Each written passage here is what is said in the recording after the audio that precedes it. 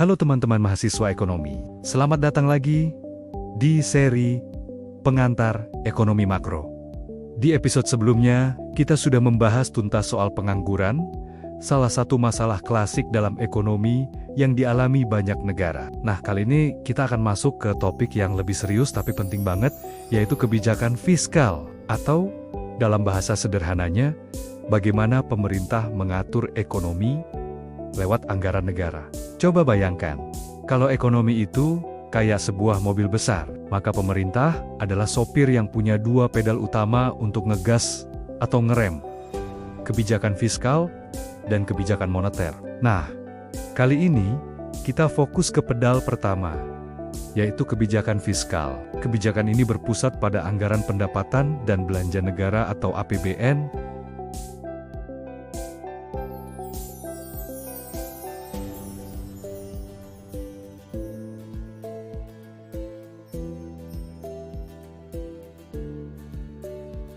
Jadi, singkatnya, kebijakan fiskal itu adalah cara pemerintah mengatur uang negara untuk mengarahkan laju ekonomi. Lalu, apa saja sih komponen utama dalam APBN itu? Ada dua sisi utama yang perlu kita pahami.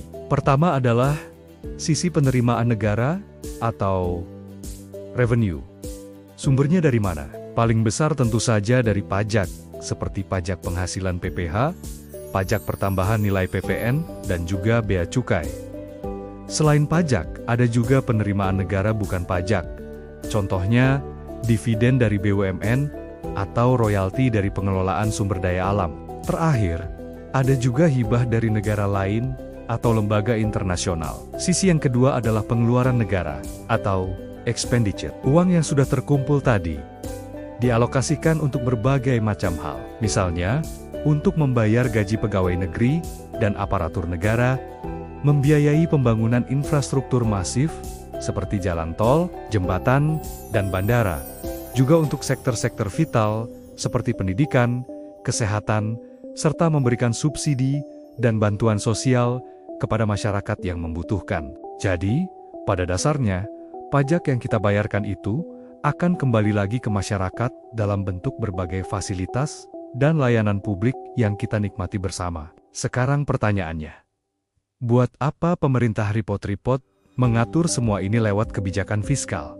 Tentu ada tujuan besarnya. Pertama, untuk menstabilkan perekonomian. Pemerintah berusaha menjaga agar tingkat inflasi, pengangguran, dan pertumbuhan ekonomi tetap berada dalam level yang seimbang dan tidak bergejolak. Kedua, untuk mendorong pertumbuhan ekonomi. Ini dilakukan lewat belanja pembangunan, memberikan insentif investasi, dan menyalurkan subsidi ke sektor-sektor produktif yang bisa menciptakan lapangan kerja baru. Tujuan ketiga adalah untuk mendistribusikan pendapatan secara lebih merata.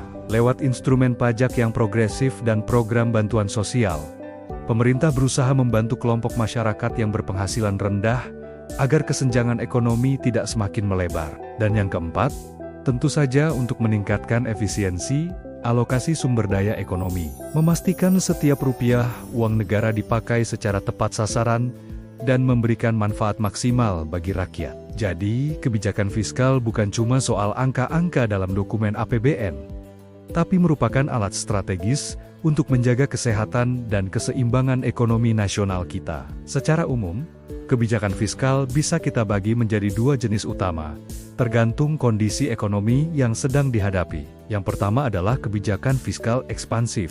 Namanya saja sudah ekspansif.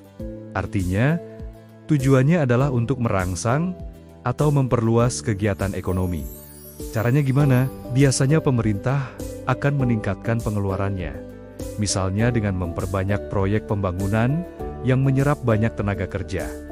Atau bisa juga dengan menurunkan tarif pajak. Kalau pajak turun, masyarakat punya lebih banyak uang di kantong untuk dibelanjakan, sehingga daya beli meningkat dan roda ekonomi berputar lebih cepat. Kebijakan ini biasanya dilakukan saat ekonomi sedang lesu atau tingkat pengangguran sedang tinggi.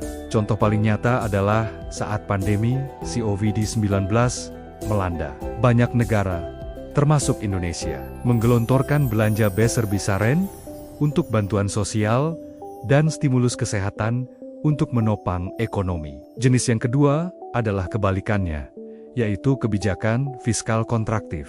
Kontraktif artinya mengerem atau memperlambat. Tujuannya adalah untuk mengendalikan laju inflasi yang terlalu tinggi dan juga menekan defisit anggaran. Caranya, pemerintah bisa mengurangi pengeluarannya, misalnya dengan menunda beberapa proyek yang tidak mendesak atau dengan menaikkan tarif pajak. Kalau pajak naik, uang yang beredar di masyarakat jadi berkurang, konsumsi yang berlebihan bisa ditekan, dan laju kenaikan harga-harga atau inflasi bisa lebih terkendali. Kebijakan ini biasanya diterapkan saat kondisi ekonomi sedang terlalu panas atau overheating. Nah, kalau kita bicara soal APBN, ada 3 kondisi yang bisa terjadi dari perbandingan antara pendapatan dan pengeluaran negara.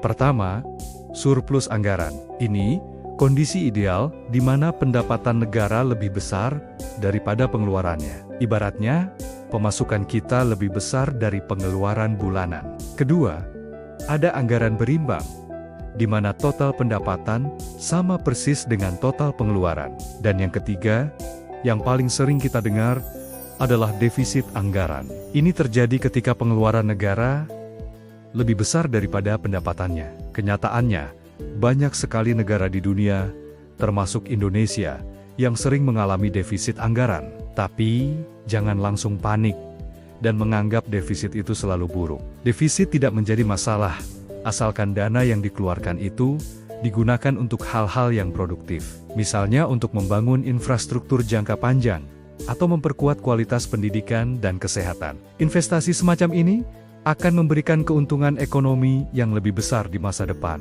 Lalu, dari mana pemerintah menutupi kekurangan ini? Biasanya, defisit akan dibiayai melalui penerbitan utang negara, baik dalam bentuk surat utang domestik maupun pinjaman dari luar negeri. Tapi perlu diingat ya teman-teman, kebijakan fiskal itu tidak seperti sulap yang hasilnya bisa langsung terasa seketika. Ada beberapa faktor yang bisa mempengaruhi efektivitasnya. Salah satunya adalah adanya jeda waktu atau time lag, mulai dari proses perumusan kebijakan di parlemen, persetujuan hingga implementasi di lapangan. Dan dampaknya dirasakan oleh ekonomi, semua itu butuh waktu yang tidak sebentar. Faktor lainnya adalah kinerja birokrasi dan transparansi pemerintah. Semakin efisien dan bersih birokrasinya, maka akan semakin efektif pula hasil kebijakannya. Dan yang tidak kalah penting adalah respon dari masyarakat dan sektor swasta. Jika masyarakat dan pelaku usaha percaya bahwa ekonomi akan membaik, mereka akan cenderung ikut meningkatkan konsumsi dan investasi, sehingga membantu mempercepat efektivitas kebijakan tersebut. Dampak dari kebijakan fiskal ini sangat luas, teman-teman. Kita ambil contoh sederhana. Jika pemerintah memutuskan untuk menurunkan tarif pajak penghasilan, maka masyarakat akan punya sisa uang lebih banyak di dompet mereka. Uang ini kemungkinan besar akan digunakan untuk konsumsi, membeli barang dan jasa. Permintaan yang naik akan mendorong produsen untuk meningkatkan produksi, yang pada akhirnya akan menumbuhkan perekonomian. Contoh lain, kalau pemerintah meluncurkan proyek pembangunan infrastruktur besar-besaran, tentu akan dibutuhkan banyak sekali tenaga kerja, mulai dari insinyur hingga pekerja konstruksi. Ini secara langsung akan meningkatkan permintaan tenaga kerja dan membantu menurunkan angka pengangguran. Namun, di sisi lain, jika defisit anggaran terus membengkak dan tidak dikelola dengan baik, ini bisa memicu penumpukan utang negara yang besar dan berpotensi meningkatkan tekanan inflasi di masa depan. Oleh karena itu, setiap kebijakan fiskal memerlukan perencanaan yang matang dan keseimbangan yang cermat. Nah, sekarang kamu sudah lebih paham kan, mengapa kebijakan fiskal sering disebut sebagai jantungnya ekonomi makro. Karena dari sinilah pemerintah berperan sebagai sopir yang mengatur aliran uang dalam perekonomian. Mulai dari pajak yang kita bayarkan setiap tahun, hingga berbagai program pembangunan dan bantuan sosial yang kita rasakan langsung manfaatnya. Semuanya dirancang untuk menjaga agar mobil besar bernama ekonomi Indonesia ini bisa terus melaju stabil menuju kesejahteraan. Terima kasih sudah menonton pengantar ekonomi makro episode 6 ini. Di episode berikutnya, kita akan membahas pedal kedua sang sopir, yaitu kebijakan moneter dan peran bank sentral dalam menjaga stabilitas ekonomi. Jangan lupa untuk like, share, dan subscribe channel ini, Agar kamu nggak ketinggalan materi selanjutnya, sampai jumpa di episode berikutnya, dan terus semangat belajar ekonomi.